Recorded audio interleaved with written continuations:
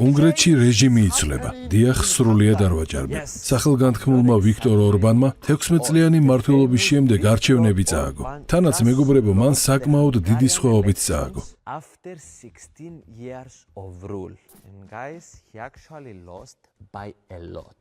ორბანის პარტიამ პარლამენტში მხოლოდ 55 ადგილი მოიპოვა. მაშინ როცა პეტერ მადიარის პარტიამ 138 მანდატი აიღო, რაც საკონსტიტუციო უმრავლესობად ითვლება. Which is considered a super majority. შესაბამისად, ის უნგრეთის შემდეგი პრემიერ-მინისტრი გახდება. მაგრამ ვინ არის ის და რატომ უხარიათ ევროპელ ლიდერებს ვიქტორ ორბანის დაცემა? როგორც ევროპარლამენტის წევრი, სიამოვნებით უპასუხებ ამ კითხვებს. გამარჯვებული და უნგრეთის მომავალი პრემიერი პეტერ მადიარი სინამდვილეში ჩემი კოლეგაა. ისიც ევროპარლამენტის წევრია. პრობლემა ისაა, რომ არ მახსოვს ოდესმე პირადად მენახოს. სავარაუდოდ იმიტომ, რომ ანგარიშების მიხედვით მას ევროპარლამენტში დასწრების ყველაზე დაბალი მაჩვენებელი აქვს. ის კენჭისყრების მხოლოდ 1,9%-ს დაესწრო. აშკარაა, რომ ის მთლიანად უნგრეთის საარჩევნო კამპანიაზე იყო ფოკუსირებული. Of the votes. Clearly, he was very focused on campaigning for the elections.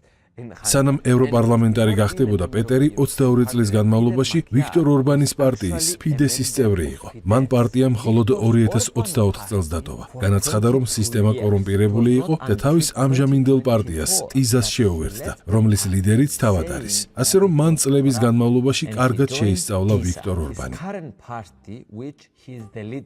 So yes, he knows Viktor Orban very well.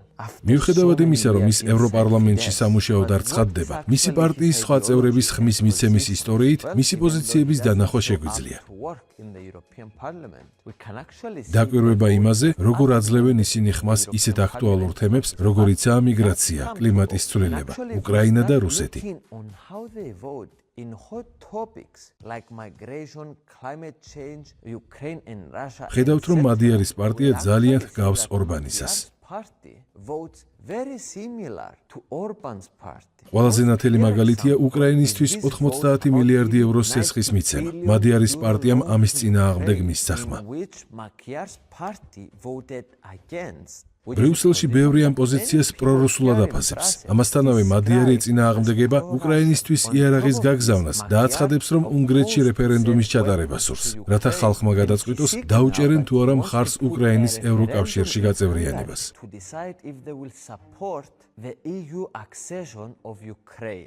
მთავარი განსხვავება ისაა, რომ მადიარს არ აქვს კორუფციული წარსული და უნგრელი ხალხი მას ახალ სახედ აღიქვამს, რომელსაც ქვეყნის ეკონომიკური პრობლემების მოგვარება შეუძლია. მიუხედავად იმისა, რომ ფურცელზე ორბანისა და მადიარის პოლიტიკა დიდად არ განსხვავდება, ლიდერების უმეტესობა მას მაინც უფრო პროევროპელ პოლიტიკოსად მიიჩნევს. Still, even though Orban and Magyar might not have so many differences in their policies on paper, most EU leaders see Magyar as a more pro-European politician that will რომელიც ვეტოს უფლებას ევროკავშირის გადაწყვეტილებების დასაბლოკად არ გამოიყენებს, რასაც ვიქტორ ორბანი წლების განმავლობაში აკეთებდა. მნიშვნელოვანია ვიცოდეთ, რომ მადიარს საკმაოდ ძალა აქვს უნგრულ ინსტიტუტებში ცვლილებების გასატარებლად და მას შეუძლია კონსტიტუციაც კი შეცვალოს. თუმცა მე მაინც სკეპტიკურად ვუყურებ იმას, რომ საგარეო პოლიტიკაში მას ორბანისგან რადიკალურად განსხვავებული პოზიციები ექნება. will have extremely different positions to Viktor Orban on foreign affairs.